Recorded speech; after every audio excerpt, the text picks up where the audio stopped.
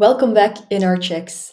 In this video, I will show you how the connection to your accountancy software is set up and what will actually be imported in your accounting software. So for that, first of all, we go to your settings. So just above my face here.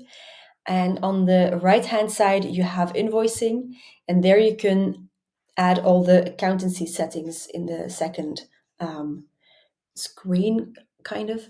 You will have from your accountancy software, you will have a personal email address that will look something like this, very coded, and you can add this as an accounting mailbox, which means that every invoice you create in ArchX will be imported in your accounting software.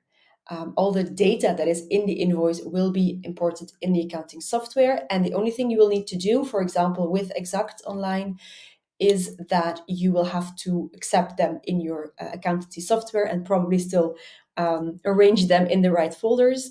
But all the data that ArchX has on that invoice will already be in the accountancy software.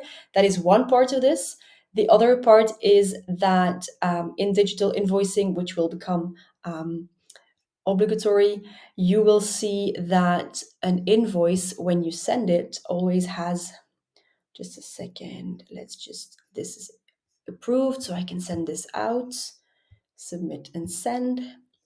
And you will see that on the bottom here, he will by default have this send with UBL file checked on, which means that the client will also get the digital data file of the invoice so that it's easy to import in their own systems as well. This will become obligatory, I think, in the EU. I'm not sure about the date, but this is something that ArchX already offers. So these are two ways in which ArchX speaks or talks to your invoicing software. Good luck with it, and if you have any questions, don't hesitate to contact support.